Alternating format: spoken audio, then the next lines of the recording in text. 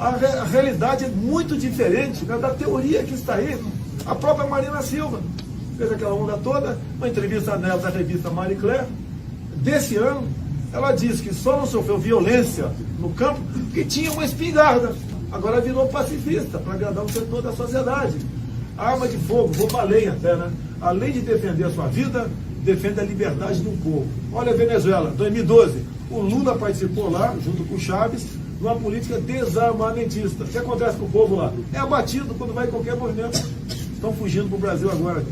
Mas é porque o senhor falou isso e a gente foi dar uma pesquisada no Estatuto da Criança e Adolescente, estabelece que é crime fornecer gratuitamente, entregar de qualquer forma a criança ou adolescente a munição ou explosiva. Em 89 eu tinha 5 anos de idade, o ECA é de 90. Mas não, eu defendo que um pai ensine o que é uma arma de fogo para o filho, para que serve. Porque nas comunidades tem moleque de 8 anos de idade usando um fuzil maior do que ele, essa é uma realidade. Tá ok? Então não podemos gerar produzir aqui uma geração de covardes, de submissos. Não podemos partir para esse tipo de política. Sempre se entregue, não reaja. Cada vez mais a bandidagem cresce. Se quisermos combater a violência, né, dentro de casa, eu defendo que cada cidadão de bem possa ter uma arma de fogo. Eu entendo, ele tem que mostrar para o filho dele que aquilo é uma arma. Até para o filho, se um dia achar, não saber o que quer e fazer besteira com ela. Candidato, mudando de assunto, falando de emprego, em Araçatuba, por exemplo. Trabalho, uma legislação bastante complexa e grande para você empregar uma pessoa. É um excesso de direito no Brasil. Olha, a Constituição só tem direito, não tem dever. Tem que começar a mudar isso aí.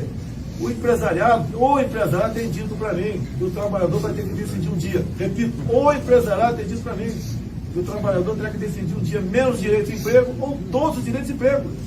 Você quer ser patrão no Brasil? Você sabe o que é ser patrão no Brasil? Com todo respeito? Não é fácil.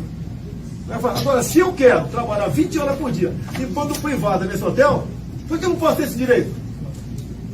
Por que tem que o Estado estar me tutelando? Se o Estado me dá emprego, então eu tenho que deixar eu procurar emprego, não interessa em quantas condições. Ninguém quer trabalho escravo, nem a nada de escravidão, nem nada disso. Mas o Brasil está numa situação que a mão de obra é tão cara, os encargos trabalhistas são tão caros, que você produz aqui, a não ser os commodities, né, você raramente consegue botar de forma competitiva em lugar, em mercado nenhum do mundo. A questão da participação do senhor nos debates, principalmente de TV, estão confirmados? Não tem confirmação. De acordo com a política é momento, política não é matemática, né? Se eu achar que não devo comparecer, eu não vou comparecer, não tenho compromisso com ninguém. Eu vi uma pesquisa agora, não sei a fonte, né? Caso o Jair Bolsonaro não compareça a um debate, você assistirá sim ou não? 90% diz que não vai assistir. Então o que acontece? Eu vou querer cota de patrocínio, né? Você tem direito ou não? Pô, eu vendo, é verdade, pô. Você assistiu o Roda Viva comigo, assistiu o Globo News comigo, pô. Agora, nos debates, eu estou sem liberdade, dá uma resposta. Igual você perguntou da agricultura familiar, o garoto aqui, o jovem aqui do lado aqui. Eu acho que eu levei 3 minutos para te responder. A resposta, eu acho que está de acordo com a minha resposta. Como é que eu vou responder em 45 segundos um trem dessa aí? Não é a minha. Eu jogo futebol de campo e não salão. O debate é futebol de salão, eu quero futebol de campo. Deputado, como o senhor vê a atuação do nosso Poder Judiciário, o STF, que em suas últimas manifestações públicas realmente adota um lado, né, dentro da política e adota uma postura de ativismo judicial? O senhor acha que tem que continuar essa prática de o presidente indicar o ministro do STF? O que o senhor pensa sobre isso, né? Esse ativismo judicial. Do desembargador Favredo? Não. É o que soltou o Lula com a confusão de poucas semanas atrás. Passado, né? Eu acho que era o Lula ainda, tá? O Sérgio Moro também foi cotado, foi barrado. Graças a Deus. Sabe por quê? Se ele estivesse lá, não estaria na 13ª Vara em Curitiba. Estaria um outro. E a Lava Jato não teria ocorrido, com toda certeza. O destino, muitas vezes, está ao lado do cidadão de bem no Brasil. Tá certo? Agora, até há poucas semanas eu falei, né? Vamos aumentar mais 10. O pessoal caiu de pau em cima de mim. Que como está, você fazendo uma boa reforma na questão trabalhista, né, do Ministério Público, o Supremo pode julgar inconstitucional. Olha o que o Supremo fez há poucas semanas. Julgou, né, declarou inconstitucional a minha lei, que foi uma emenda à lei, né, 2 artigos de uma lei, que falava do voto impresso. E a argumentação da senhora Raquel Dodge, que a impressão do voto comprometia a segurança das eleições. Nem vou concluir. E resolveram ter apenas um voto eletrônico.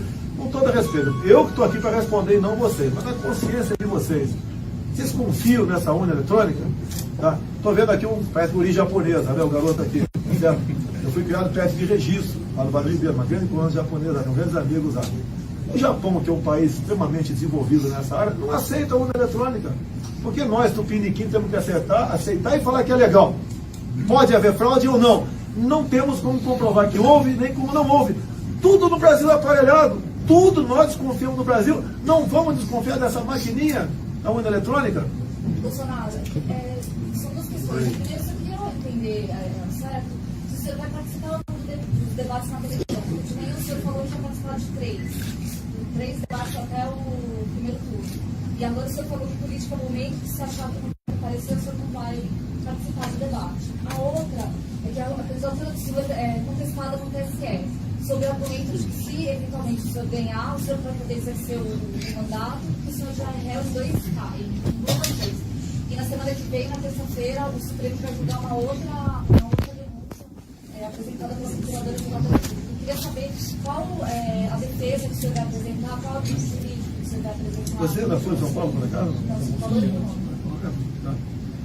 Mas o que é real? Acho que alguém aqui já foi real na vida, né? Foi absolvido. Querem me tirar no tapetão, no ativismo judicial? Sou réu por apologia ao estupro. Olha só, eu estou estimulando estupro no Brasil. Olha que inversão de valores. Aquela deputada estava defendendo o estuprador Champinha, estuprador e homicida, em 2010. E quando, dado momento, ela me chama de estuprador, eu falo que não vou estuprar porque ela não merece. Pronto! Se eu tivesse falado que vou estuprar porque merece, seria herói nacional. Que mau gosto, que essa questão aí. Okay? Mas, olha só, pessoal, eu defendo a mulher. Há 2 anos e pouco votamos uma proposta de emenda à Constituição para que menores de idade respondessem como adultos caso cometesse o crime de estupro. Como votou essa deputada que me acusa? Votou contra. Para ela, o menor de 16 a 17 anos pode estuprar e matar, que ele vai responder à luz do ECA.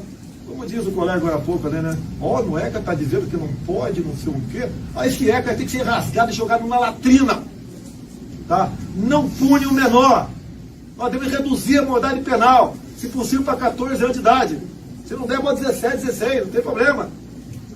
Esse ECA é um estímulo à vagabundagem, à malandragem infantil no nosso Brasil. Tem que mudar isso daí. Um animal, um cachorro, que tem 6 meses de idade, não morde a gente. Porque como é outro animal com 16, 17 anos, dá um tiro na gente, estupra, mata, faz e acontece. E tem gente achando que eles não estão devidamente formados ainda, intelectualmente, né? E tem que ter outra chance. Se matar um parente meu, estuprar um parente meu, pode ter certeza que esse cara não vai ter outra chance, não.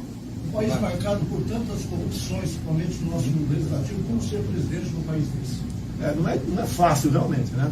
A corrupção tem origem nas indicações políticas. Acaba as eleições, o eleito vai lá para os porões do Jaburu, junta os principais partidos e loteia a máquina pública, ministérios, bancos oficiais e estatais. E daí vai governar o Brasil. E daí, o que nasce disso? Ineficiência do Estado, saúde, educação, segurança e corrupção. Deputado. Eu não aceito. Nenhum partido grande procurou para fazer um acordo comigo, né? Procurou. Já sabe quem eu sou. Pretendo, uma vez chegando lá, escolher um ministério, né, que seria um time, para poder ganhar o jogo. Virar esse jogo, estão perdendo de goleada para a corrupção e para a ineficiência do Estado. Além como o senhor não sabe de economia, mas por 8 anos o Lula dirigindo o Brasil. Não sei não dizer isso. O Lula, inclusive, escolheu um ministro da Economia que era médico. A Dilma era economista. Afundou o Brasil. Você acha que eu tenho que entender de saúde para ser presidente também? Tem que entender de agricultura com profundidade? Você tem que ter uma noção disso daí. Escolher as pessoas que têm o conhecimento para administrar o Brasil. Até de Forças Armadas eu tenho dificuldade, sou capitão do Exército. Vocês acham que eu sei de tudo sobre Forças Armadas por ser capitão do Exército? Tenho conhecimento, com toda certeza, muito maior do que de vocês. Mas vou ter, na defesa, um general, um oficial general de 4 estrelas. Vocês sabem que o ministro da Ciência e Tecnologia do Brasil Acho que pouca gente sabe, né? Você é que sabe. Ele não sabe a diferença de lei da gravidade e gravidez. Como é que pode um evento desse, que está à frente do ministério tão importante como esse, que vai para inovação, para pesquisa? Não pesquisamos nada no Brasil. E o pessoal de vergonha fica de palhaçada comigo, né? Bota o Nióbio de vice, o Grafeno de presidente. Pô, o primeiro, que é privada pesquisa, na Mackenzie, aqui em São Paulo, diz nos próximos 10 anos, os inventos que advindo do grafeno movimentarão mais de $1 trilhão. Estamos deixando passar. Uma menina afrodescendente, recém-formada pelo IME, né, tirou da prancheta uma tela de grafeno. Para que serve essa tela? Para dessalinizar a água do mar. Onde ela está? Está na Inglaterra. Daqui a pouco está comprando essa tela a preço, não sei do que, de ouro, diamante, né? E trazendo para cá. E podíamos ter essa menina, essa jovem, trabalhando para o seu país. Como aqui não tem espaço para isso, aqui você não pode investir nisso, né? Pesquisa, desenvolvimento, novas tecnologias, as pessoas, o cérebro sai do Brasil. Deputado, como o senhor vê o papel do BNDES, que durante o governo do PT, do senhor Lula e da dona Dilma, mandou bilhões e bilhões de reais do povo brasileiro para ditaduras comunistas como Cuba, Angola e tudo que não presta no mundo? Devia perguntar como é que o senhor Henrique Meirelles, à frente do conselho da JBS Friboi, né, conseguiu 9 bilhões para eles. A JBS Friboi é preço de banana, 6% de juros, se não me engano, essa faixa aí. Enquanto para Santas Casas, que estão aí atoladas em dívida, é 21%. O BNDES é do povo, não pode ser para os amigos do rei. E olha a coincidência. Mais ou menos 5% de 9 bilhões, eu sei quanto é que são, né? Porque a matemática é uma ciência exata, né? Mas em torno de 360 milhões foi para partidos políticos. Ou seja, você vai pegar empréstimo do banco, pega lá 9 bilhões e dá para mim, candidato, 340 milhões. Alguma coisa está casado nessa operação. Então tem que botar na minha conta 200 da JBS Friboi. No dia seguinte eu devolvi não para a JBS, para o meu partido, foi um partido que botou na minha conta. E fiquei fora dessa, graças a Deus, dessa armação por parte aí destes, né, que tomaram o poder e o Estado para poder atingir o seu projeto absoluto de poder. Caso o senhor eleito, dinheiro da União vai para movimentos e organizações de direitos humanos? Olha, tem direitos humanos e direitos humanos. Esse pessoal que defende bandido, não. Olha só, o caso João Hélio no Rio de Janeiro, um garoto que foi arrastado, né, amarrado sem segurança, teve o carro roubado, os pais, e o moleque, depois de alguns quilômetros depois, logicamente, que morreu, né? Acharam pedaços dele pela rua. Lá dentro tinha um menor. Até há pouco tempo, esse menorzão estava na Suíça. Nos últimos 2 anos, consumiu 4 milhões de reais de ONG de direitos humanos. E a alegação foi a seguinte: um dos assassinos do João Hélio foi para lá porque estava correndo o risco de morrer aqui no Brasil. Para esse tipo de coisa, não vai ter dinheiro, não. Não vai ter dinheiro para a ONG, para a MST também não vai ter. O BNDES também dá dinheiro para a MST, não vai ter. O pessoal vai ter que trabalhar. Tem que começar na escola. Oi? Bolsonaro, tem que começar na escola. Olha, a escola. O que nós temos que fazer fora da escola? Parabéns aí. A escola, claro, o professor, a professora, o segundo pai, a segunda mãe. Tirou-se a autoridade do professor em sala de aula ao longo dos últimos anos. Inventaram a aprovação automática. Tem gente que acha que um pedaço de papel na parede escrito diploma resolveu o problema dele. Não resolveu o problema dele, não. Ele vai continuar com muitos problemas, tá certo? E não é assim que é educar. O objetivo final da educação é formar na ponta da linha um bom empregado, um bom patrão, um bom liberal. Que vai ser útil para si e para o seu país. Formar um cidadão. Tem que, sim, voltar a ter educação moral e cívica. Quando eu falo em escolas militares, né, os colégios militares têm ganho concursos aí fora do Brasil. A última foi de matemática pura. Né? 4 garotos do colégio militar de Brasília foram aprovados em Harvard. Gostaria que o senhor falasse mais. Por quê? Porque tem disciplina. Nós devemos. Os professores são maravilhosos no Brasil, em grande parte.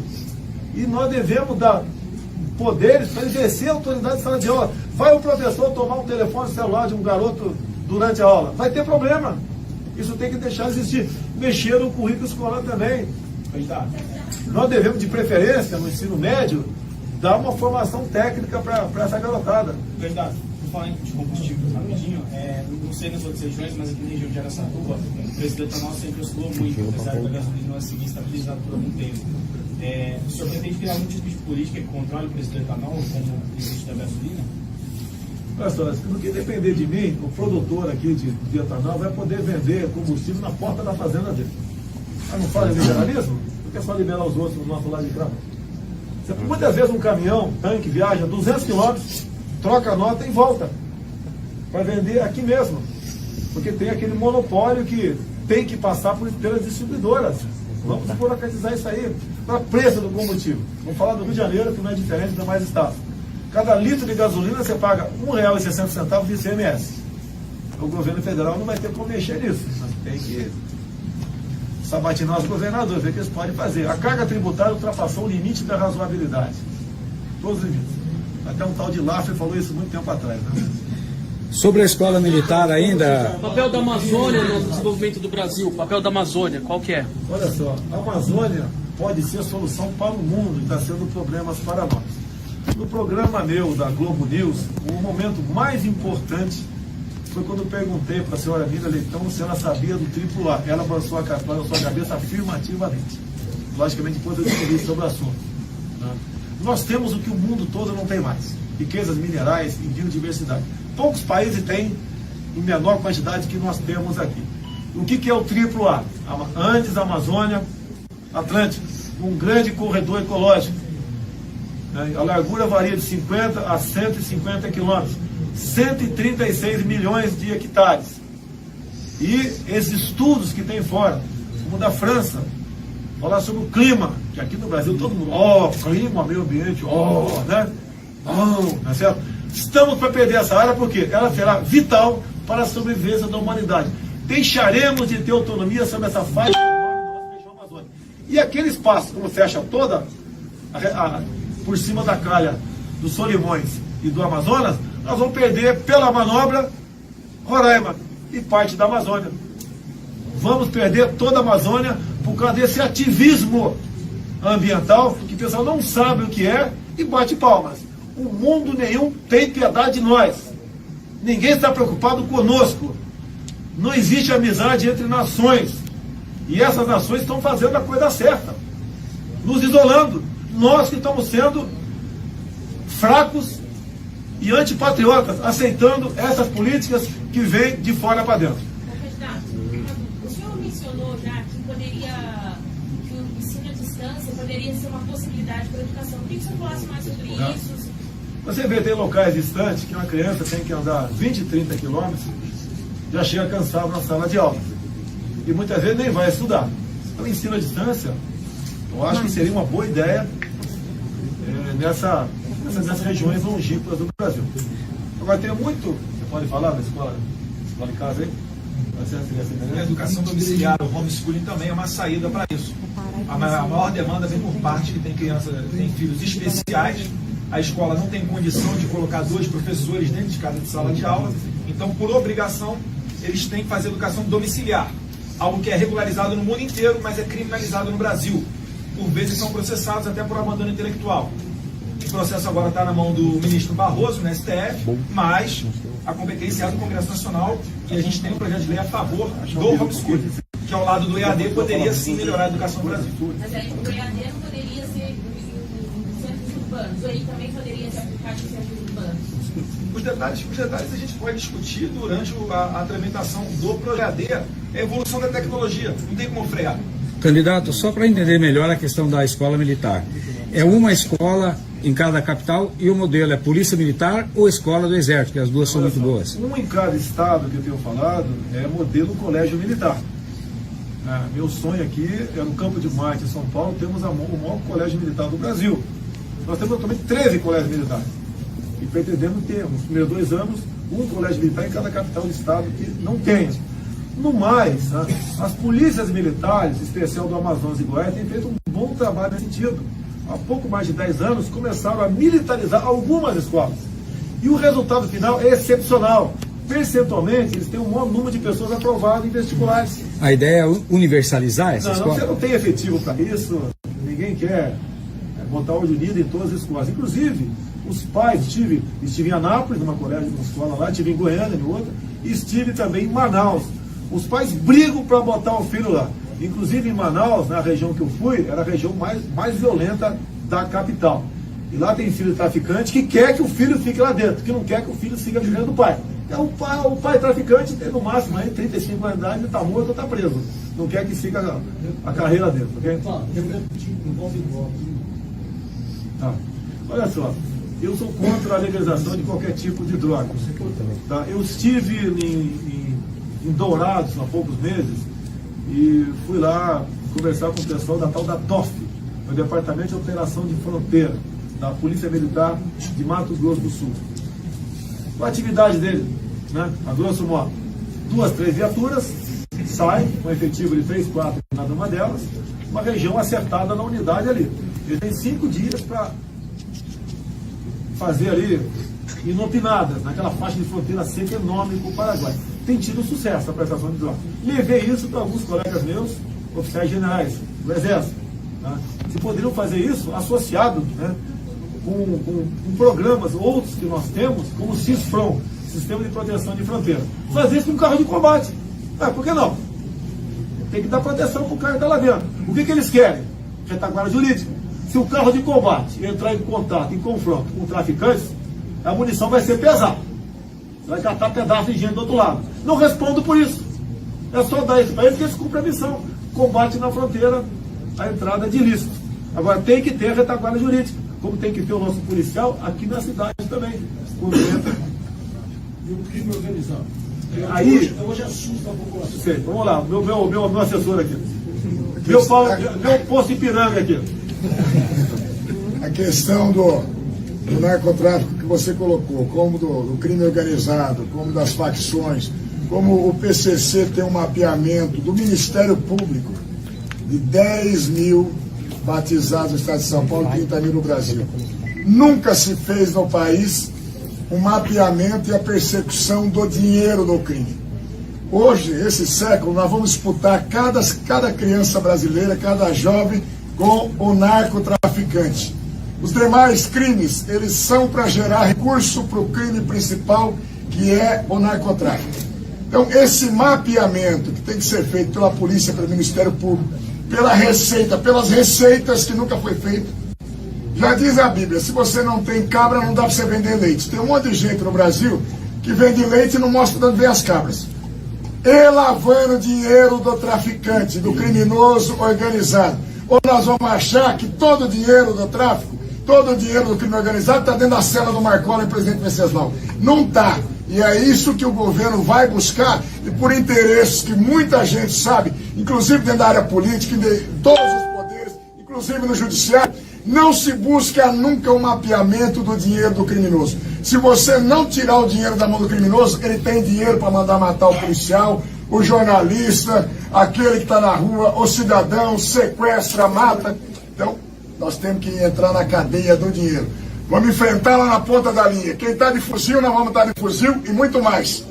Mas se você não mapear o dinheiro do criminoso, você não vai chegar a nada. E aqui no Brasil, por isso que a segurança, nem a defesa interna não chega a nada. Presidente, sobre a Venezuela, o problema de natureza geopolítica e agora também social em Roraima. Como o governo do senhor pretende tratar e que maneira sua abordagem vai estar em linha ou não, em que medida com o governo Trump? Obrigado. Em 2016 estive em Boa Vista, 2017 de novo. Meu filho esteve comigo a segunda vez, ele foi inclusive até Pacaraima. Recomendei não ir. Aí ele foi por questão de segurança. E eu fui quase impedido, não fui. O problema social vem lá de trás, não começou agora, igual eu estou vendo aqui, que você está com pouco cabelo na cabeça, né?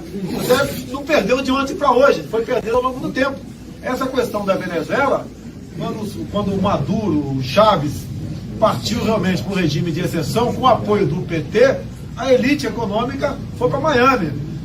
Passou algum tempo, classe média desceu para o Chile, para a Bolívia, e agora os pobres estão vindo para o Brasil. Se o Brasil fosse realmente um país democrático e tivesse isso como uma das suas âncoras, lá atrás, né, há 6, 7, 8 anos atrás, teríamos tomado posições econômicas contra a Venezuela. teríamos chamado o embaixador para cá e teríamos pressionado a Venezuela para entrar nessa linha. Mas fez exatamente o contrário. Leia o livro do Pepe Mujica, isso aí vale uma matéria de uma página para vocês. Leio apenas 2 páginas. Pepe Mujica, ex-presidente do Uruguai, integrante do Foro de São Paulo. Páginas 198 e 199. Ele conta nessas 2 páginas como afastaram o Paraguai para que então entrasse a Venezuela do Mercosul. E ele termina que Dilma Rousseff, para esse caso, né, entre outros, sempre tomou decisões de Estado ouvindo dentro do Palácio do Planalto as inteligências cubana e venezuelana, assessorada pela ABIN. Precisa falar mais alguma coisa? É a mesma coisa que Benjamin Netanyahu, Israel, tomar decisões de Estado ouvindo o Hamas e o Fatah. Esse é o Brasil. Pior que a corrupção é a questão ideológica em nosso Brasil. A própria senhora presidente do PT, há pouco tempo, né, reiterou o apoio ao regime de Maduro, como lá realmente a democracia estivesse funcionando. O grande ensinamento que fica disso tudo: não brinquemos com o comunismo e nos cuidemos com o Foro de São Paulo, para que nós não cheguemos à situação que chegou a nossa Venezuela. Porque para nós, para fugir, tinha que fugir para onde? Vai faltar toco de bananeira para ir para os Estados Unidos. Deputado, concessões de TV e rádio são hoje uma prerrogativa do Estado brasileiro, né? O senhor concorda com essa visão de que o Estado que deve permitir uma emissora de funcionar, ou o senhor acredita numa visão mais de livre mercado, em que cada um pode ter a sua televisão, sua rádio, independente de uma licença do governo, como é nos Estados Unidos? Se você fica dependente do governo, você vai publicar o que eu quero. É o que acontece. Tem jornais que me atacam diuturnamente. A Aval é fantasma. Dia 10 de janeiro descobriram que a Aval é fantasma. Daí a gente vai nos anais da Câmara, boletim administrativo, ela está de férias entre 23 de janeiro e 23 de dezembro e 23 de janeiro. Não era fantasma, estava de férias, não interessa saber onde ele estava. Mas bate na questão, porque tem algum interesse. Tá? As concessões também fazem parte do interesse. Mais do que concessão, né? É a questão do aporte de recursos do orçamento, verba publicitária, né? Verba publicitária. Tem empresa aí que está ganhando muito mais do que diz, do que reza a mídia técnica. No que depender de mim, mídia técnica, em todos vocês, que não dá concessão, dá o direito para explorar. E com toda certeza, se você começa a não vender a verdade, o povo não compra mais teu jornal, não assiste mais tua televisão, ou não ouve mais teu rádio. Candidato, tem uma pergunta aqui. Hoje no Brasil é investido 4 vezes mais no ensino superior do que no ensino básico. E muitas vezes esse dinheiro é usado para projetos ridículos no ensino superior. Como, por exemplo, eu vi recentemente, teve a oficina da Siririca e também algo ridículo como o curso de Harry Potter.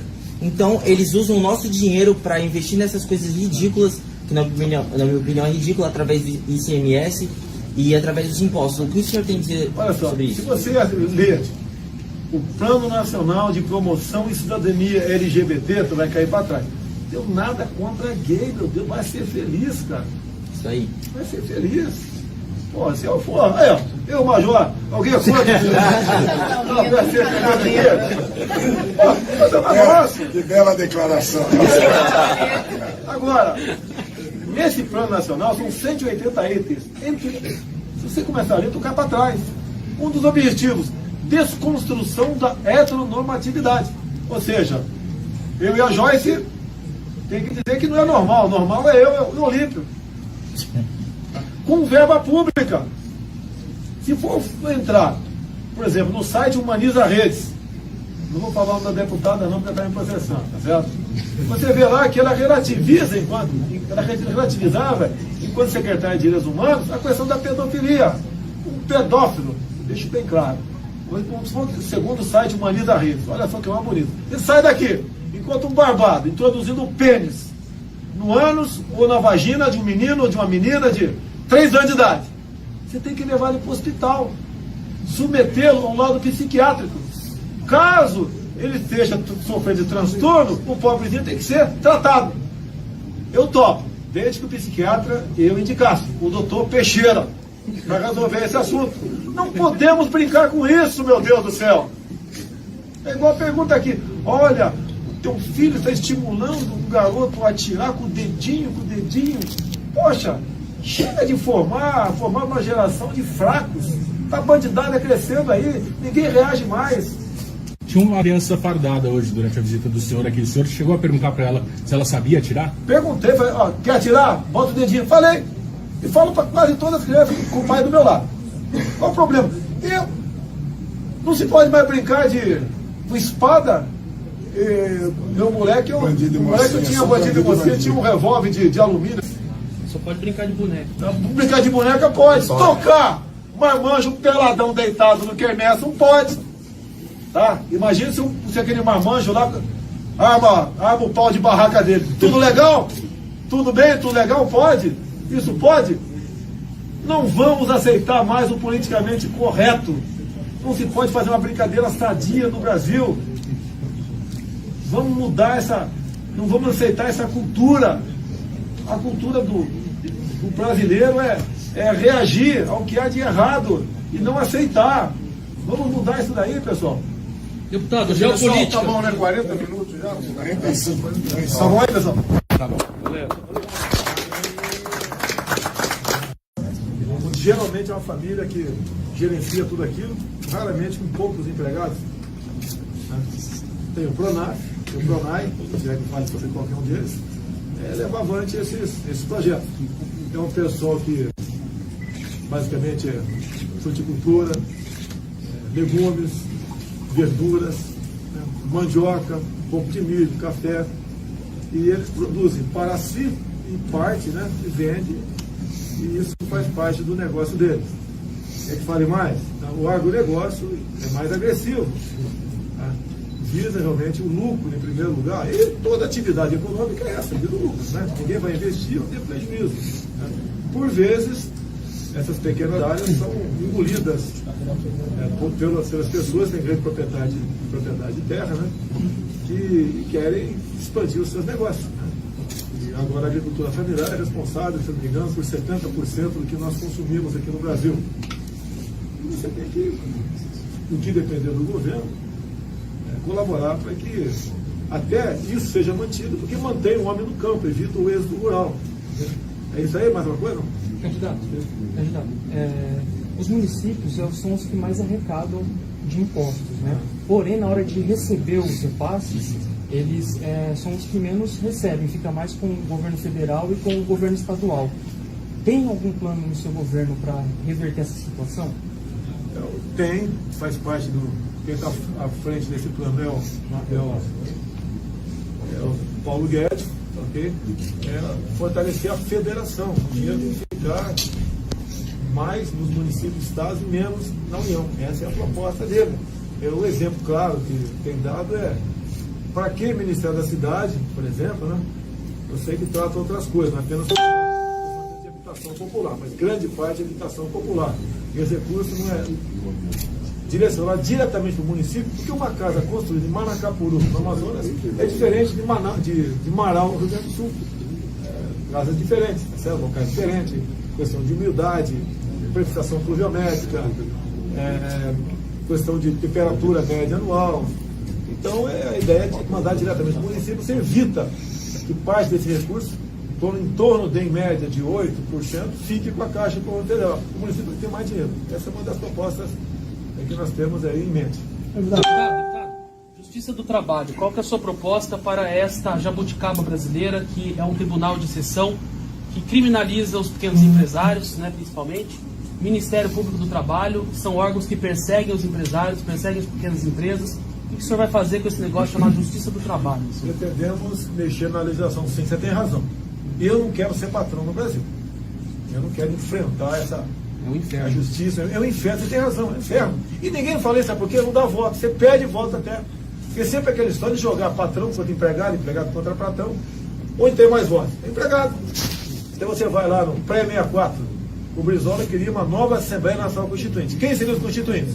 Operários, camponeses e sargentos. Sempre na hora de chegar ao poder, usa-se as massas. Depois que chega, banana para as massas. Tem um limite essas questões. Ninguém quer acabar de ter o direito de recorrer à justiça. Mas, como a reforma trabalhista que fizemos, eu votei favorável a ela. Quem entra na justiça, se perder, tem a sucumbência. Tá? Tem que mexer nisso aí. Parabéns pela pergunta.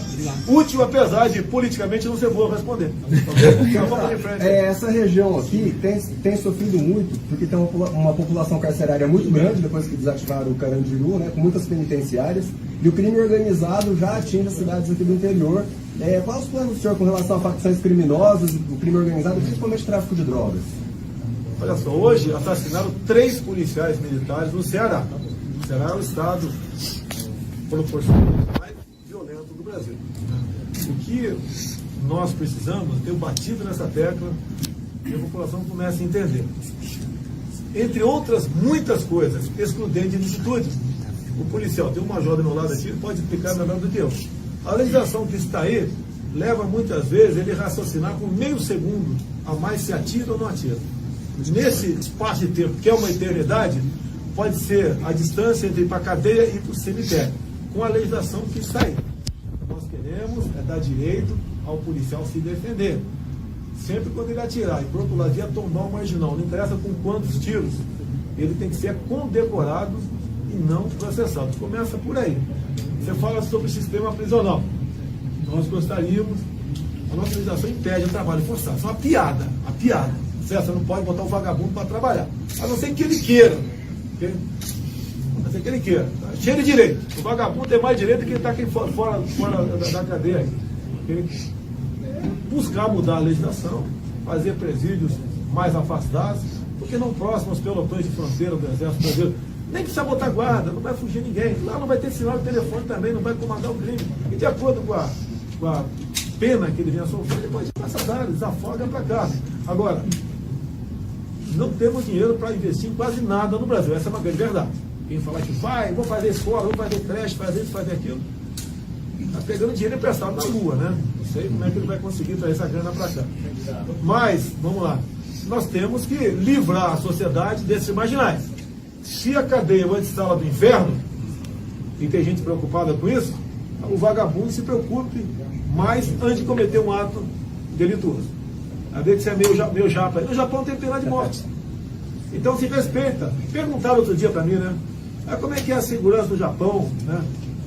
Tendo em vista a política desarmamentista lá. Lá tem uma política desarmamentista, mas se você fizer uma besteira contra o agente da lei, então vai pro pau. É igual aos Estados Unidos. Se você apontar uma arma para um agente de segurança, né? De acordo com o Estado, você pega 20 anos de cadeia sem ser historinha de progressão. Aqui ficam preocupados, né, com o pobre coitado, ele não teve oportunidade. Pô, minha mãe teve 7 filhos, pô. A região mais pobre de São Paulo, né? Vado de Ribeira. E ninguém se caiu no mundo do crime. Agora tem gente que tem meios, os filhos, um ou outro vai fazer besteira, como a própria Richthofen. Tem besteira. Tinha dinheiro e fez besteira. Tá ok? Agora, nós temos que ter uma cultura no Brasil, cometer um crime, não interessa se é furto ou latrocínio. Tem que cumprir uma pena. Hoje ninguém vai para trás das grades por mais de 24 horas e comete um furto, que é audiência de custódia, bota o cara para fora. E eu tenho repetido. Qual a diferença de furto para roubo e latrocínio? É a oportunidade, é o momento. É você estar presente, né, como cidadão de bem na cena do crime. É a ação do criminoso que vai te abater mortalmente ou não.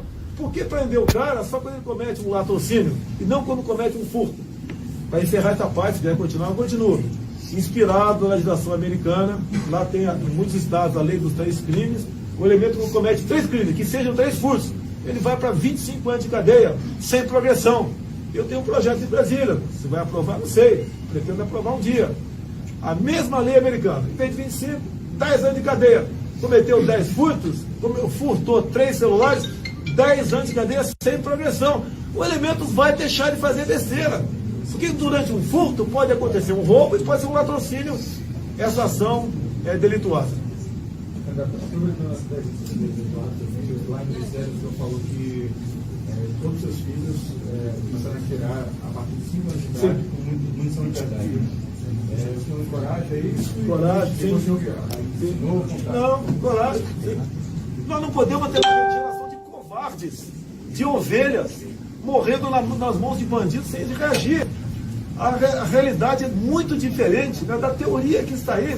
A própria Marina Silva fez aquela onda toda, uma entrevista nela da revista Marie Claire, desse ano.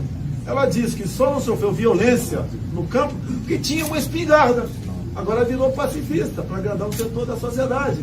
A arma de fogo, rouba além até, né? Além de defender a sua vida, defende a liberdade do povo. Olha a Venezuela, 2012, o Lula participou lá, junto com o Chaves, de uma política desarmamentista. O que acontece com o povo lá? É abatido quando vai em qualquer movimento.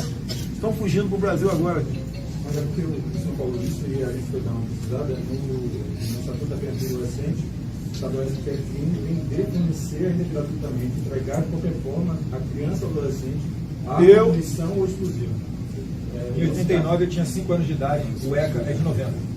Mas não, eu defendo que um pai ensine o que é uma arma de fogo para o filho, para que serve. Porque nas comunidades tem moleque de 8 anos de idade usando um fuzil maior do que ele, essa é uma realidade. Tá ok? Então não podemos gerar produzir aqui uma geração de covardes, de submissos.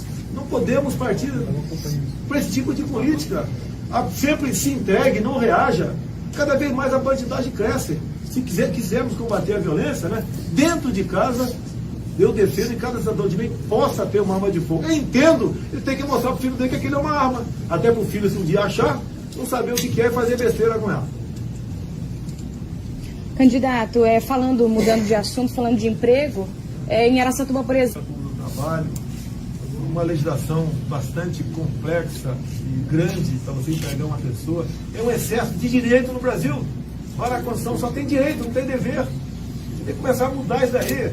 O empresariado tem dito para mim que o trabalhador vai ter que decidir um dia. Repito, o empresariado tem dito para mim que o trabalhador terá que decidir um dia menos direito de emprego ou todos os direitos de emprego.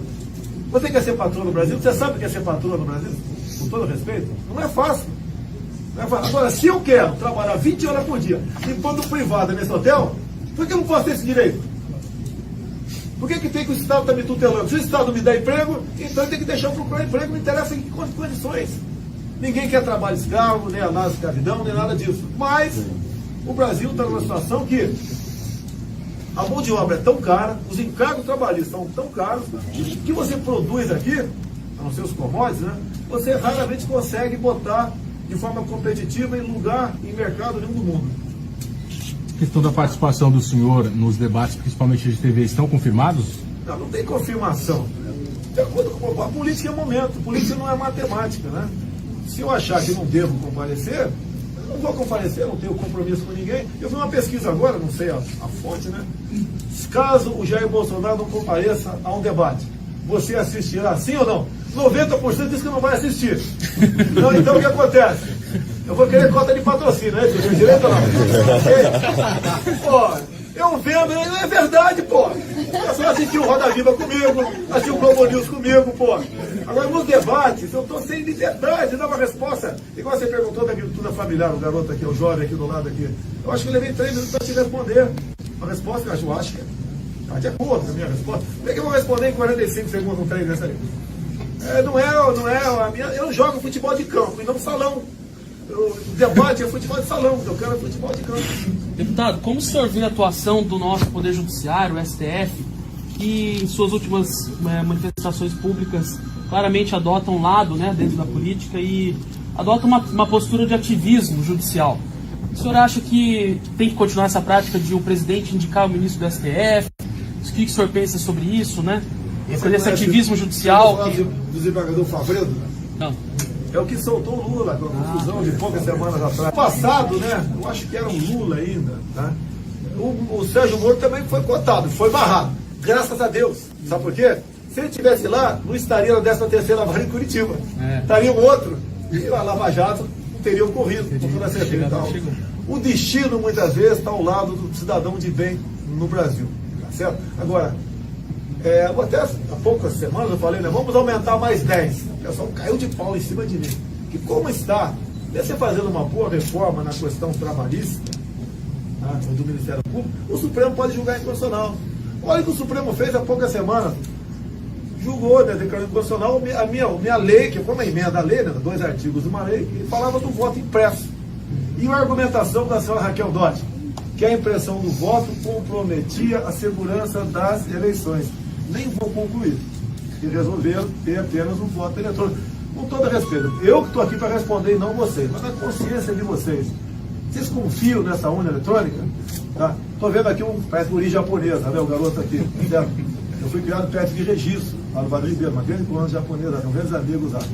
O Japão, que é um país extremamente desenvolvido nessa área, não aceita a urna eletrônica. Porque nós, tupiniquim, temos que aceitar e falar que é legal. Pode haver fraude ou não. Não temos como comprovar que houve, nem como não houve. Tudo no Brasil é aparelhado. Tudo nós desconfiamos no Brasil. Não vamos desconfiar dessa maquininha da urna eletrônica?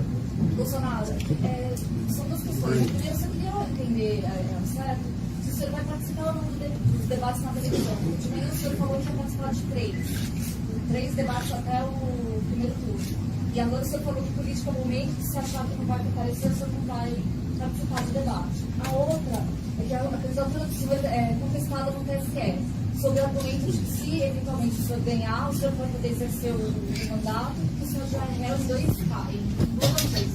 E na semana que vem, na terça-feira, o Supremo vai julgar uma outra denúncia apresentada pela Procuradora-Geral da República. Eu queria saber qual a defesa que o senhor vai apresentar, qual é o tipo jurídico que o senhor vai apresentar. Você ainda foi em São Paulo, por acaso? Não, São Paulo não.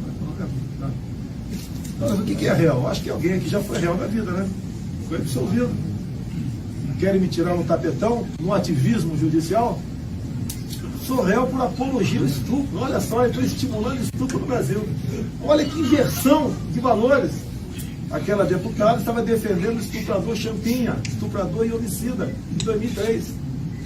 E quando, dado momento, ela me chama de estuprador, eu falo que foi estuprador porque merece. Pronto.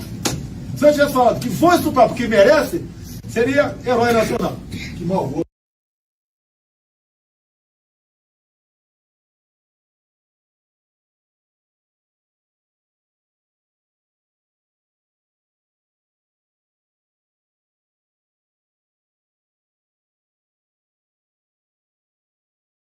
Porque 17 anos pode estuprar e matar, que ele vai responder à luz do ECA. Como diz o colega agora há pouco, né? Ó, no ECA está dizendo que não pode, não sei o quê. Aí esse ECA tem que ser rasgado e jogado numa latrina. Tá? Não pune o menor. Nós devemos reduzir a modalidade penal, se possível para 14 anos de idade. Se não der para 17, 16, não tem problema. Esse ECA é um estímulo à vagabundagem, à malandragem infantil no nosso Brasil. Tem que mudar isso daí. Um animal, um cachorro, que tem 100.